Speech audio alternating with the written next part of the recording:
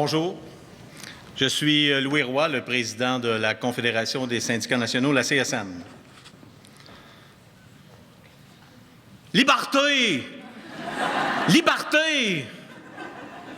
Lorsque j'ai entendu ces cris lors d'une manifestation en soutien à une radio de Québec, le 22 juillet 2004, j'ai senti que nous glissions vers une confusion grave des genres,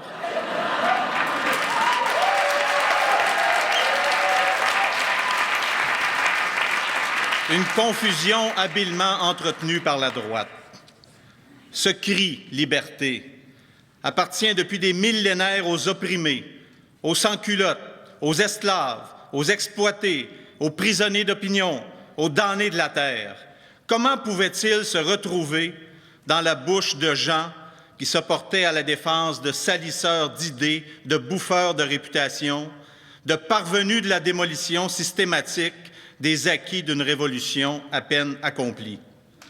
Le « je », le « me », le « moi », porté au nu par cette foule, pouvait-il être le fruit du seul refus global d'une société en quête de son « nous » depuis la défaite de 1759? Ce cri pouvait-il s'adresser à la discussion interminable entre le Canada et le Québec, genre « crissez-moi la paix », n'était-ce qu'un bouton sur la face cachée d'une tranquille révolution? Liberté! Alors que certains d'entre nous chantaient « Libérez-nous des libéraux », d'autres nous criaient « Libérez-moi du nous que nous étions encore à construire. Libérez-moi des impôts, libérez-moi du salon du peuple, libérez-moi de la politique, laissez-moi lancer de la merde sur tout ce qui ne me plaît pas. Laissez-moi vivre dans l'arrogance, la violence planifiée d'un capitalisme confortable. Laissez-moi être insensible à la misère des autres. Laissez-moi cracher sur les faibles, les immigrants, les fonctionnaires, les syndiqués, les intellectuels. Laissez-moi remettre les femmes à leur place. Laissez-moi emplir leur corsage de silicone et leur tête de frivolité. Laissez mes enfants aduler des sportifs incultes et millionnaires. Donnez-moi du pain, des jeux et du sexe, puis foutez-moi la paix. Liberté!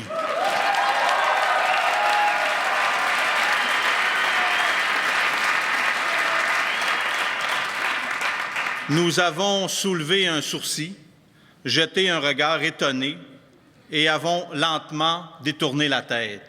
Pourtant, d'autres moi se sont regroupés jusqu'à former le réseau Liberté Québec, rien de moins. Confusion des genres. Comment comprendre cette quête de liberté diamétralement opposée au collectif? Comment faire focus sur cet embrouillement? De quelle liberté se réclame-t-on à droite comme à gauche? À qui la confusion profite-t-elle? Délibérément, les tenants du capitalisme triomphant détruisent le sens des mots qui ont forgé la base de la démocratie, liberté, égalité, fraternité. La liberté devient celle de mes droits, mon droit de dire n'importe quoi, mon droit à assister à mon cours, mon droit à une équipe de sport dans ma ville.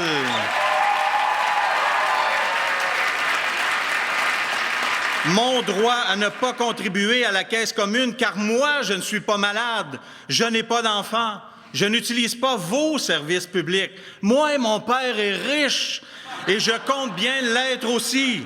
Moi. L'égalité devient « chacun doit faire sa juste part ». Mais pas dans sa part juste d'impôts. Fais ta part par la consommation individuelle, par la hausse des droits de scolarité, par une taxe santé, par l'utilisateur payeur, par. Fini la citoyenneté, fini l'égalité des chances, au plus fort la poche. Place aux forts, aux riches, aux bellâtres, aux grandes gueules. Vivement une grippe aviaire pour éliminer tous ces boomers qui m'empêchent de vivre depuis si longtemps. Fermons nos frontières aux immigrants, ces emmerdeurs qui n'aiment pas ma cabane à sucre. Tasse-toi, mon oncle. La fraternité, c'est pour ceux qui comptent pour la même équipe que moi. C'est pour mes amis Facebook. C'est pour ceux qui prennent la même bière que moi, vont au même resto et surtout pensent comme moi et l'écrivent sur mon blog. Et nous, que répondons-nous à cette dérive? Que mettons-nous sur la table, dans la rue, pour opposer une vision révolutionnaire, démocratique, progressiste à cette attaque aux droits fondamentaux de la démocratie? Nous répondons fraternité. Avons-nous honte d'affirmer que nous devons être solidaires des uns en soutien aux autres?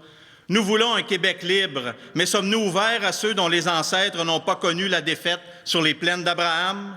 Nous portons l'idée d'une fraternité qui cherche à construire un monde meilleur, ici comme sur toute la planète. Nous marchons avec ceux et celles qui vont dans la même direction, même s'ils n'ont pas la même langue, la même culture, la même couleur de peau, la même orientation sexuelle, la même religion, les mêmes idées. Nous misons sur une fraternité permettant d'atteindre l'égalité, la liberté et à les maintenir. Une fraternité qui offre soutien mutuel, coopération, solidarité, plutôt que compétition, exploitation, exclusion. Nous répondons égalité. Avons-nous honte de dire haut et fort que nous sommes tous égaux? Égaux, pas identiques. Égaux dans le possible qui s'ouvre à nous. Égaux dans le regard des autres comme dans celui de notre justice collective. Égaux en droit, dans la file à l'épicerie comme dans l'attribution d'un contrat. Égaux, brisant l'hérédité de pouvoir, offrant les meilleurs soins disponibles à tous. Égaux devant l'instruction. Égaux dans la syndicalisation. Égaux à la Jean-Jacques Rousseau. Que nul citoyen ne soit assez opulent pour en pouvoir acheter un autre et nul assez pauvre pour être contraint de se vendre.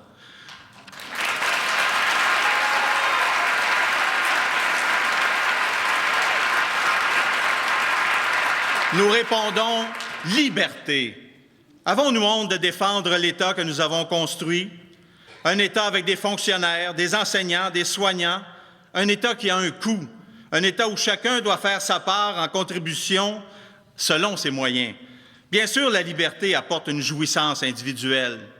Oui, la liberté crée mes droits, mais la liberté elle-même ne peut être créée par un individu. Elle se fonde sur le collectif, par le collectif, pour le collectif, somme d'individus. Sortons de cette confusion où certains opposent les droits individuels aux droits collectifs. Si un individu peut faire reconnaître son droit à assister à un cours d'anthropologie, c'est parce que collectivement, nous avons permis l'existence de ce cours. Et ce cours, nous ne l'avons pas offert à un individu. Ce cours, nous l'avons offert à la collectivité. Si après débat et vote, ces individus suspendent démocratiquement ce cours, le collectif l'emporte sur l'individuel.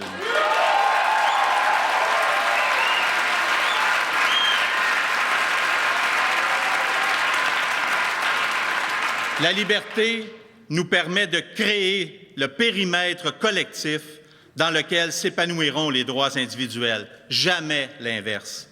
Mes droits s'arrêtent aux pieds de ceux des autres individus et ils n'existent que par la volonté commune de les voir naître, de les faire respecter, de les multiplier. Liberté n'est pas liberté. Nous, droit et démocratie, parole et action, citoyenneté et solidarité, fraternité et sororité, égalité et respect, liberté et responsabilité. Nous, quelques mots à mettre en ordre, à décliner à la première personne du singulier comme du pluriel. Nous, c'est tout. Tout simplement lui, toi, elle, moi, c'est nous, sans restriction, sans réserve, sans limite. Nous, c'est nous.